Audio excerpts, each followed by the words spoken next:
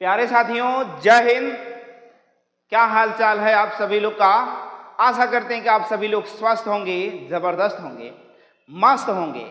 प्यारे साथियों, आज के इस वीडियो में हम सभी लोग उत्तर प्रदेश डीएलएड तृतीय सेमेस्टर का मैथ का अति लघु उत्तरीय प्रश्न की श्रृंखला में आगे के प्रश्नों को हल करने वाले हैं।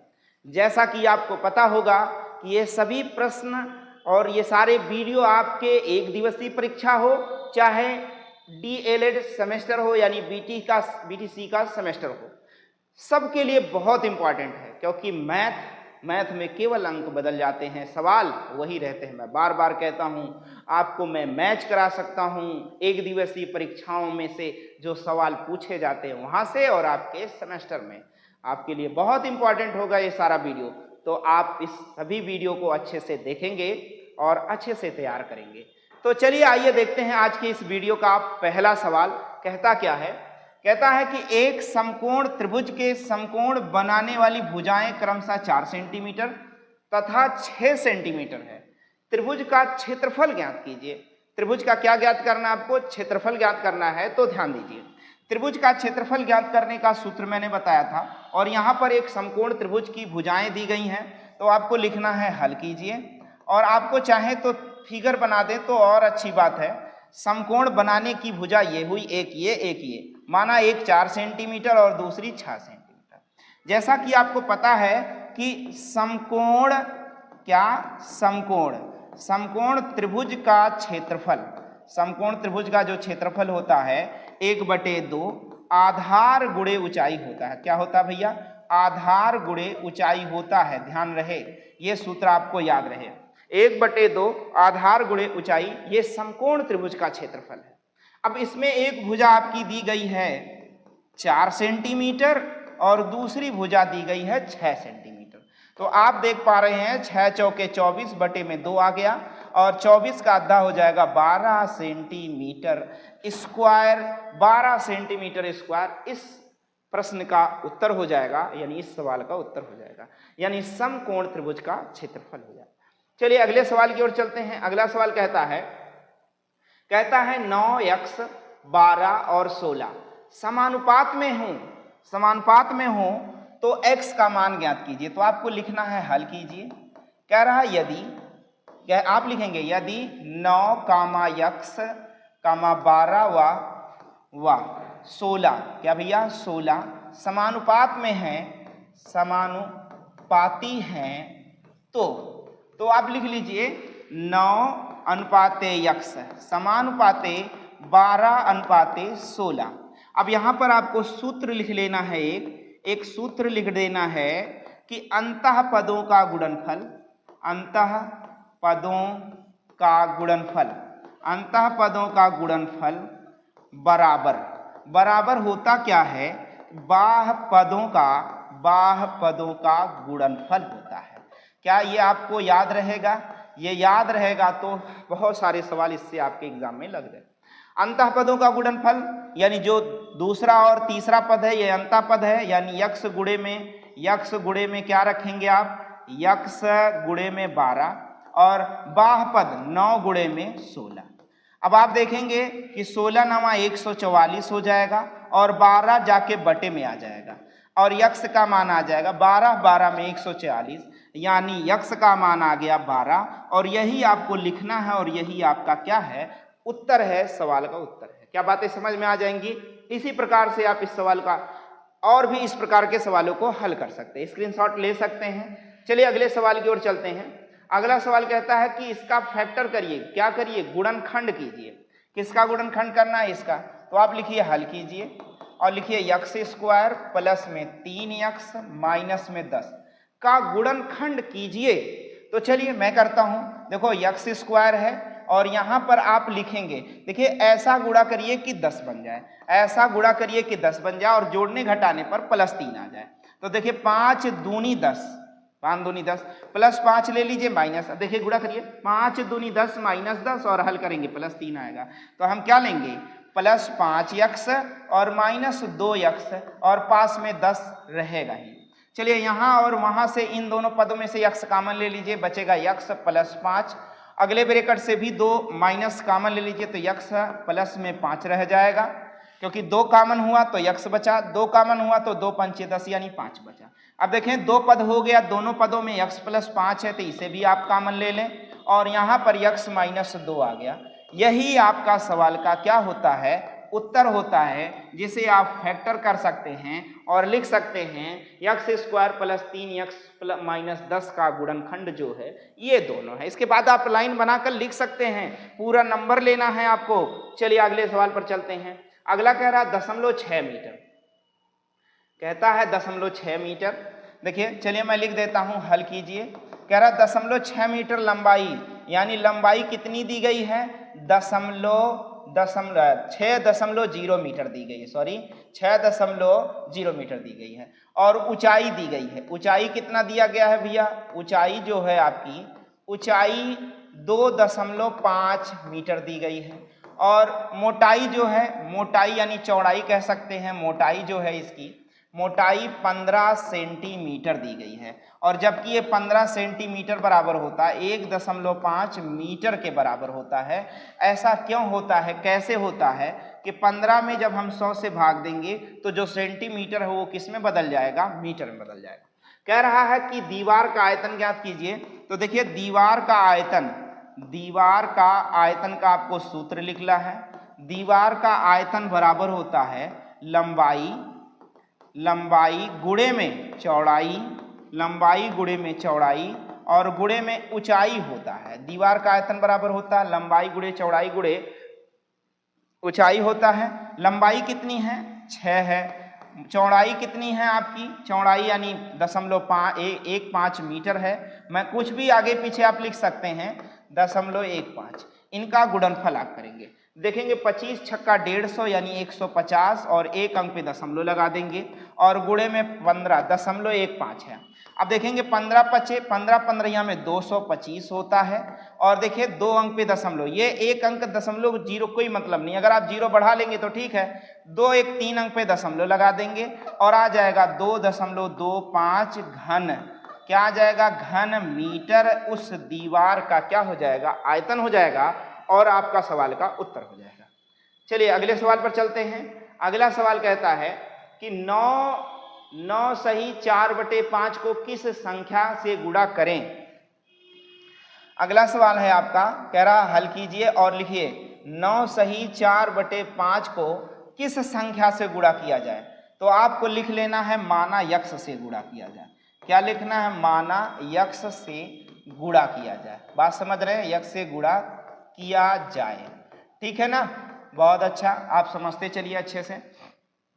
अब देखिए 9 सही 4/5 में गुणा हमें यक्ष से करना है ताकि गुणनफल क्या हो जाए, 42 प्राप्त हो जाए। अब देखिए 9 पचे 45, 45 4 49 बटे में क्या आ गया 5 और गुणे में क्या आ गया यक्ष, बराबर क्या हो गया 42।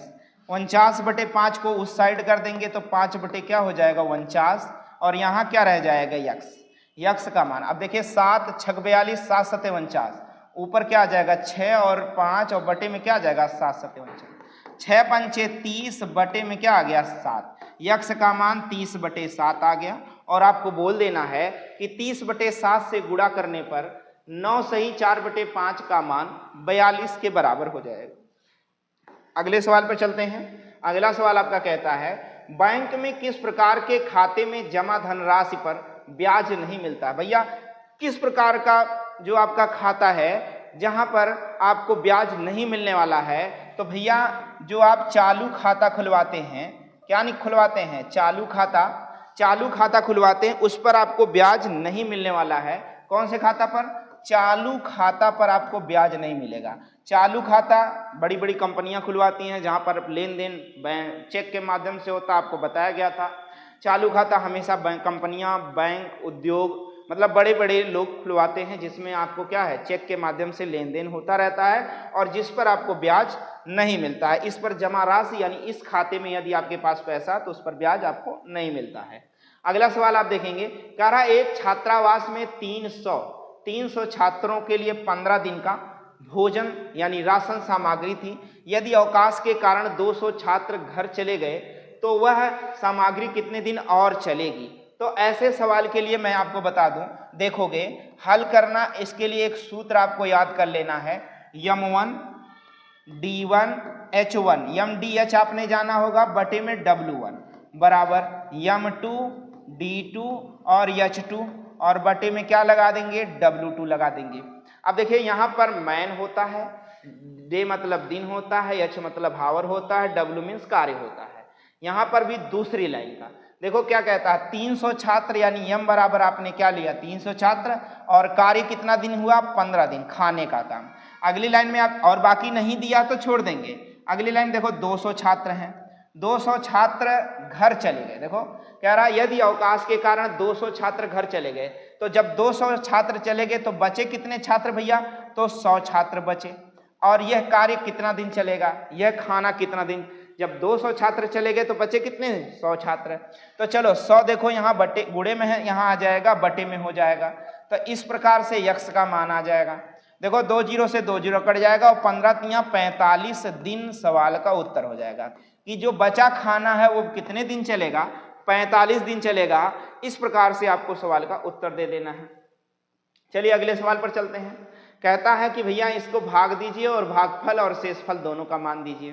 भागफल और शेषफल का मान ज्ञात कीजिए। तो मैं लिखता हूं, हल कीजिए और लिख देता हूं 14, इसको आप सही से लिख लेंगे, जैसे यक्स स्क्वायर प्लस में 7 यक्स और प्लस में 14। अब इसमें आपको किससे भाग देना है, यक्स प्लस 3 से, और आपको भागफल और शेषफल दोनों बताना है। देखिए यहाँ यक्स है, यहाँ यक्स स्क्वायर है, तो हम कितनी बार गुणा करें इसमें यक्स स्क्वायर बन जाए, तो यक्स से गुणा कर दें। देखो यक्स से गुणा करेंगे तो यक्स स्क्वायर, और यहाँ यक्स से गुणा करेंगे 3 एकम 3 यक्स आ जाएगा। अब देखिए आपस में दोनों का घटाव करेंगे तो ये दोनों कट जाएगा, 7 में से 3 गए 4 यक्स आ जाएगा, और प्लस में क्या हो गया है 14 हो गया है। अब फिर देखेंगे यहाँ पर कितनी बार ले जाएं ताकि इसके मान के 4 यक्स के बराबर हो जाए। तो चलो मैं 4 बार ले जाता हूँ, 4 एकम 4 यक्स और प्लस में 4 तियां 12, फिर घटा देंगे और फिर घटा देंगे, ये दोनों कट जाएगा, ये रह जाएगा 2। अब आपको क्या लिखना है, अतः हल करने पर अतः भागफल, आपको क्या लिखना है भागफल, भागफल बराबर यक्स प्लस में 4, और शेषफल लिखना, क्या लिखना है शेषफल लिखना है, जहां पर क्या आया है 2 आया। क्या बातें समझ में आ जाएंगी। इस प्रकार से आपको हल करना है और सवालों का उत्तर देना है। चलिए अगले सवाल पर चलते हैं। अगला सवाल कहता है कि भैया 10,000 रुपए की राशि, कितनी राशि है 10,000 रुपए की राशि 10% वार्षिक ब्याज की दर से 2 वर्ष का चक्रवृद्धि ब्याज और साधारण ब्याज का अंतर ज्ञात कीजिए। ऐसे सवाल आपके यदि एग्जाम में आते हैं तो आप ट्रिक से भी लगा सकते हैं। कैसे लगा सकते हैं, ट्रिक से लगा सकते हैं, सेकंडों में सवाल का उत्तर आएगा। अगर एक दिवसीय परीक्षाओं में ऐसे सवाल लगाने हो तो मैं आपको बता दूं सूत्र, अंतर बराबर होता है मूलधन गुणे में दर बटे में 100 और 100 की घात में 2। बस इतना ही सूत्र लगाना है। चक्रवृद्धि ब्याज और साधारण ब्याज का आपको क्या मिल जाएगा, अंतर मिल जाएगा। तो मूलधन कितना है, देखो 10,000 है और दर कितना है 10% बटे में 100 और की घात में 2। देखो 0 से 0 खत्म हो गया। अब यहाँ आ गया कितना 10,000 और गुणे में 1 बटे 10 की घात 2 मतलब 100। अब देखो 2 जीरो से 2 जीरो कट गया और सवाल का उत्तर क्या आ गया 100 रुपया। ऐसे सवाल का उत्तर क्या आएगा 100 रुपया आया है। लेकिन यहीं पर बात, यदि आपके एग्जाम की बात हो रही है डीएलएड की, यानी बेसिक लगाना है, तो आपको करना क्या है, तो आपको ऐसे नहीं करना है। माना कि आप ऐसे लगा देंगे तब भी उत्तर आपको सवाल का नंबर देगा, वो पक्का, गड़बड़ नहीं, कम नहीं करेंगे, क्योंकि गणित है लगाया आपने। चलिए हम ऐसे सवालों के लिए लगाते हैं। कह रहा साधारण ब्याज और चक्रवृद्धि ब्याज, तो पहले हमारा चक्रवृद्धि मिश्रधन आएगा। क्या आएगा भैया, चक्रवृद्धि मिश्रधन आएगा। चक्रवृद्धि मिश्रधन का सूत्र होता है मूलधन गुणे में 1 प्लस दर, क्या दर बटे में 100 की घात में 2।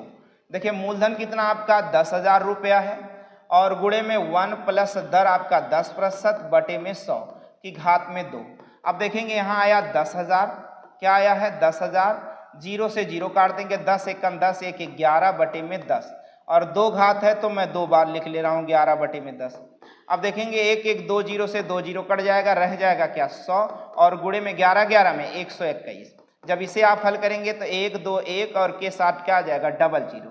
ये क्या आया है आपका मिश्रधन आया है, और मिश्रधन आया है तो आपको चक्रवृद्धि ब्याज ज्ञात करना। क्या ज्ञात करना है, चक्रवृद्धि ब्याज। तो चक्रवृद्धि ब्याज का सूत्र आपको पता है, चक्रवृद्धि ब्याज का सूत्र पता है कि मिश्र धन माइनस मूलधन। क्या है भैया? मिश्र धन माइनस मूलधन। तो मिश्र धन आपका कितना आया? 12100 आया और मूलधन कितना था? 10,000 था। तो आप इनको जब अंतर करेंगे तो आएगा कितना? 2100 रुपया। 2100 रुपया क्या आया है? चक्रवृद्धि ब्याज आया है, चक्रवृद्धि ब्याज आया। अभी सवाल आपका लगा नहीं, अब आप लगाएंगे साधारण ब्याज, क्योंकि दोनों का अंतर बताना है। तो आप लिखेंगे साधारण ब्याज। साधारण ब्याज बराबर सूत्र होता है मूलधन गुणे में दर और गुणे में समय बटे में क्या होता है? 100। तो मूलधन आपका कितना है? 10,000 है, 10,000 है और दर आपका 10% और समय कितना है? समय 2 वर्ष है, बटे में 100 लगा देंगे। अब देखेंगे 1 1 2 0 से 2 0 कट जाएगा और 2 1 2 के साथ कितना जीरो लग जाएगा? 3। ये आपका क्या है? साधारण ब्याज है। क्या है भैया? साधारण ब्याज है। जबकि आपको बताना क्या था? दोनों का अंतर। तो अंतर बताना है। अंतर बराबर क्या जाएगा? 2100 रुपया आपका चक्रवृद्धि ब्याज आया है और साधारण ब्याज कितना है? 2000 है। इसलिए दोनों का अंतर क्या आ जाएगा? 100 रुपया। यही सवाल का उत्तर है। क्या है? यही सवाल का उत्तर है। इतना आपको करना पड़ेगा जब आपको बेसिक लगाना हो। क्या बातें समझ में आई? इस प्रकार से ये सवाल का उत्तर हो जाएगा। चलिए अगले सवाल की ओर चलते हैं। स्क्रीनशॉट आप लेते रहिए। यदि ना समझ में आया तो वीडियो को रिवर्स करके यानी बैक करके पुनः फिर से देख सकते हैं। अब तो आपके हाथ में है, जितनी बार चाहे उतनी बार देखें आप एक ही वीडियो को। चलिए देखिए, कह रहा व्यंजक इसका गुणनखंड कीजिए। तो चलिए मैं हल कर देता हूं, हल करता हूं और व्यंजक का गुणनखंड निकालता हूं। यक्स स्क्वायर माइनस ए माइनस 1 अपान ए यक्स -1 का फैक्टर करना है। तो चलिए ठीक है, यक्स स्क्वायर माइनस इसके साथ गुणा होगा तो ए यक्स और इसके साथ और ये माइनस यानी प्लस बना देगा। यक्स बटे ए हो जाएगा और माइनस क्या है? ए। ऐसी स्थिति में दोनों में से हम यक्स कॉमन ले लेते हैं। तो यहाँ क्या बच जाएगा? यक्स और यहाँ क्या बच जाएगा? ए बच जाएगा। यहाँ से यक्स कॉमन ले लिया तो यक्स और माइनस ए बच गया। प्लस यहाँ पर हम कॉमन ले लेते हैं, यहाँ पर आपका कॉमन लेते हैं 1 अपान ए कॉमन ले लेते हैं। तो क्या बचेगा? यक्स और यहाँ माइनस है और यहाँ 1 अपान ए कॉमन ले लिए तो यानी ए रह जाएगा। ए रह जाएगा क्योंकि एक बराबर हम लिख सकते हैं ए बटे ए। चूंकि ए बटे ए मतलब ए गुणे 1 अपान ए, ये कॉमन ले लिए तो बच गया क्या? ए बच गया। ये आपको समझ के चलना है। ना समझ में आए तो फिर से देखें। अब देखिए दोनों पद में यक्स माइनस ए आ गया तो यक्स माइनस ए कॉमन ले लीजिए। अगले ब्रैकेट में यक्स प्लस 1 अपान ए बच गया। यही सवाल का उत्तर है। यही क्या है? दिए गए प्रश्न का गुणनखंड है। क्या है? दिए गए प्रश्न का, बात समझ रहे हैं ना? दिए गए प्रश्न का क्या है भैया? गुणनखंड है। इस प्रकार से आपको क्या करना है? लगाते हुए चलना है और सवाल का उत्तर देते चलना है। चलिए अगले सवाल की ओर चलते हैं। कह रहा है चित्र में ए बी वृत्त है, वृत्त का, ठीक है ना? देखिए सवाल कह रहा चित्र में ए बी वृत्त को पी बिंदु पर खींची गई स्पर्श रेखा है। ए बी पर एक बिंदु पी है, इस पर खींची गई रेखा है। मतलब वृत्त की एक बिंदु है पी जिस पर ए बी एक स्पर्श रेखा खींची गई है तथा कोण क्यू पी आर 80 अंश। देखो यहाँ दिया भी है क्यू पी आर 80 अंश, क्यू आर पी 30 अंश और ऐसे में पूछा है आर पी बी का मान। देखो आर पी बी का मान पूछा, मतलब इस कोण का मान पूछा है। किस कोण का मान पूछा है? आपको समझ में आना चाहिए। इस कोण का मान पूछा है, चूंकि ये कोण बराबर इस कोण के होता है, ये कोण बराबर इस कोण के होता है, ध्यान देना है आपको। अब इस प्रकार से अगर ये कोण बराबर इस कोण के है तो आपको लिख लेना चाहिए, आपको लिख लेना चाहिए कि भैया कोण पी क्यू आर बराबर क्या है? कोण आर पी बी, ये बराबर है, ठीक है ना? चूंकि ये बराबर होता है इसलिए। अच्छा ये बराबर है, ठीक है ना? आगे आपको पहले तो हल करना लिख लीजिए, पहले तो आप हल करना लिख लीजिए, उसके बाद अब चलिए आप लिखेंगे कि कोण त्रिभुज में दिया गया है या होता है, जैसा भी आप लिख लें, कोण या त्रिभुज पी आर क्यू में आप लिखेंगे, क्या लिखेंगे?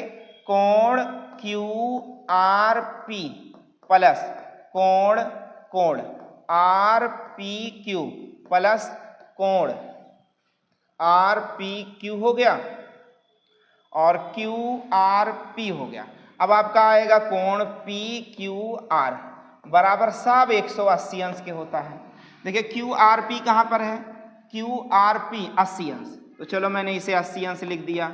आर पी क्यू कितना है, देखो आर पी क्यू हो गया 80 अंश, और क्यू आर पी 30 अंश। अच्छा ये 30 अंश हुआ, ठीक है, ये 30 अंश है और ये कितना है 80 अंश है।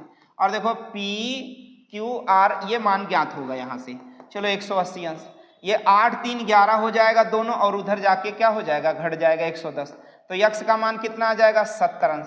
चूंकि यक्स का मान 70 आया, 70 ये यक्स नहीं है, बस आपको समझना है कि मैंने शॉर्टकट में लिख दिया। चलो ये कोण पी क्यू आर है, तो देखो कोण पी क्यू आर बराबर 70 अंश।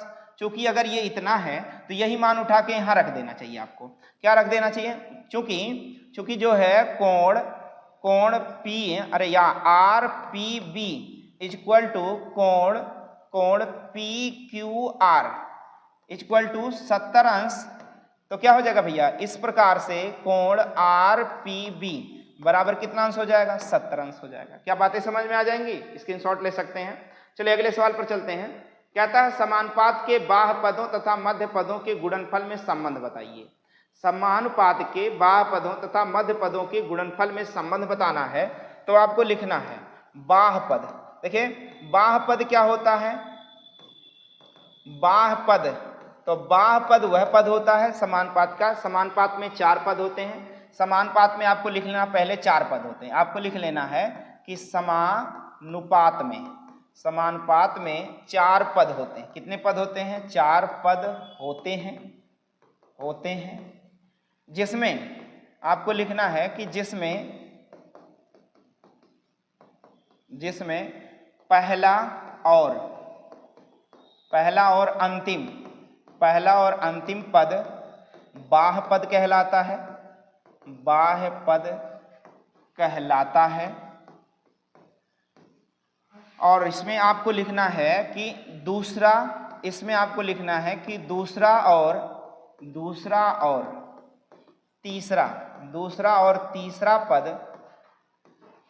और तीसरा पद अंतः पद कहलाते हैं, अंतः पद कहलाता है। क्या ये बातें समझ में आ जाएगा। एक इस प्रकार से एक सूत्र बन जाता है, कि देखिए जैसे अगर हम लिखें A अनुपाते B समानुपाते C अनुपाते D लिख दें, ठीक है ना।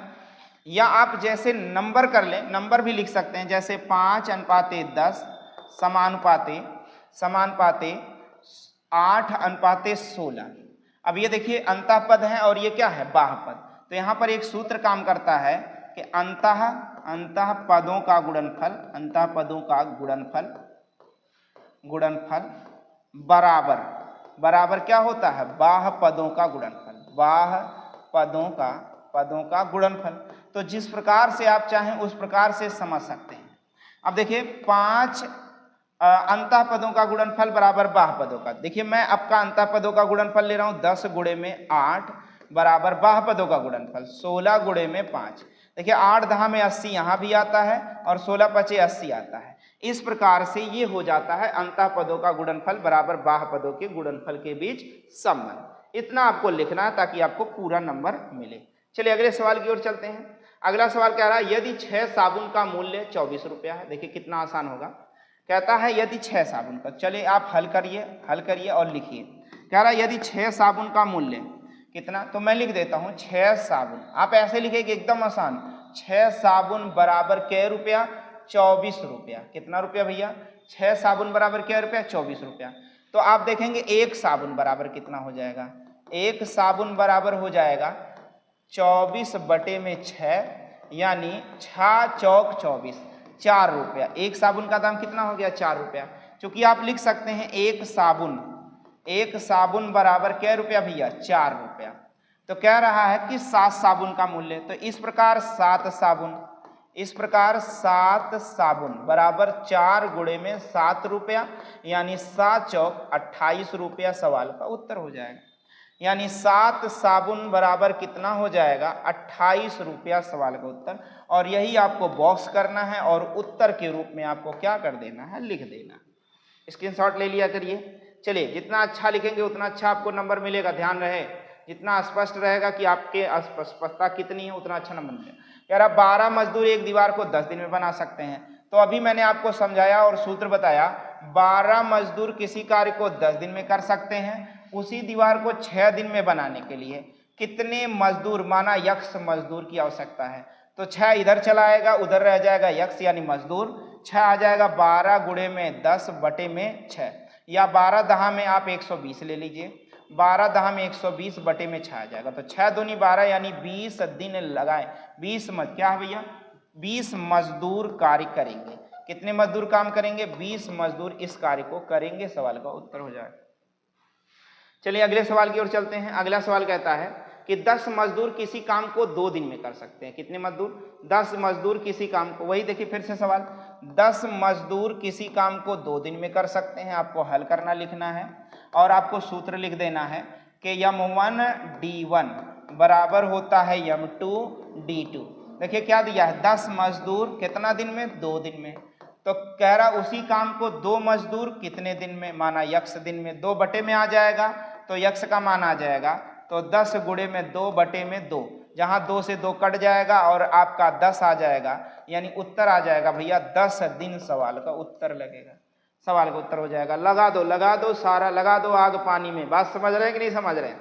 अगला सवाल देखेंगे, कह रहा 6 मजदूर एक कमरा 7 दिन में बना सकते हैं। फिर से उसी टाइप का सवाल, फिर आपको लिखना है, हल कीजिए और आपको सूत्र बता देना है, m1 d1 बराबर m2 d2।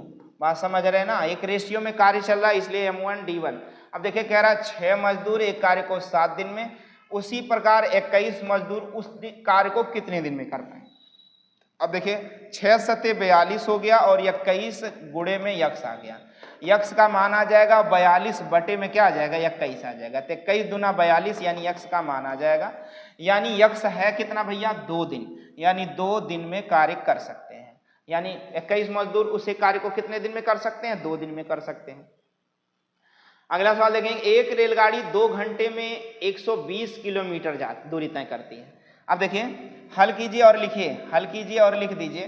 आप लिखना है हल और लिखना है कि 2 घंटे में 2 घंटा बराबर 120 किलोमीटर, तो 1 घंटा बराबर क्या आ जाएगा भैया, 1 घंटा बराबर 60 किलोमीटर, क्योंकि 2 घंटा में 120 किलोमीटर जा रही है तो 1 घंटा में 60, यानी 60 किलोमीटर प्रति घंटा उस रेलगाड़ी की चाल।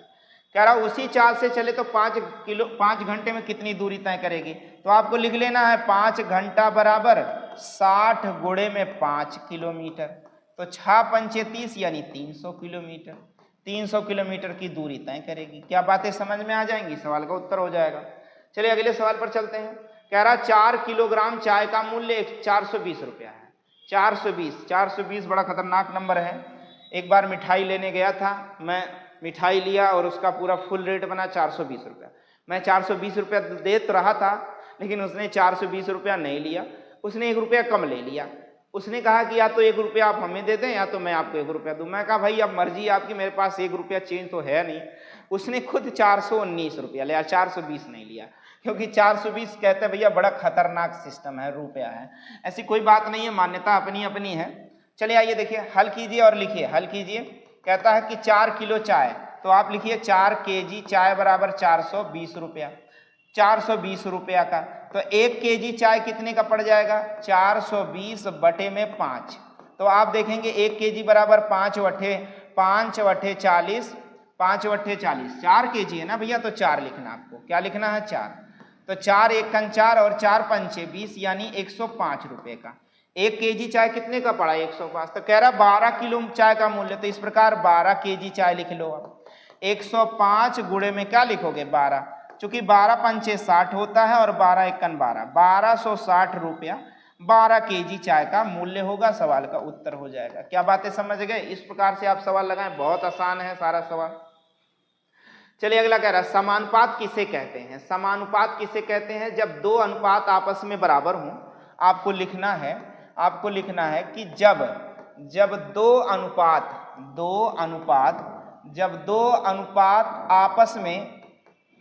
आपस में बराबर हो, बराबर हो, तो उनके बीच क्या भैया, उनके बीच को संबंध, उनके बीच के संबंध को दर्शाने के लिए संबंध को दर्शाने के लिए समानुपात का प्रयोग किया जाता है। समानुपात का प्रयोग किया जाता है। बात समझ गए ना?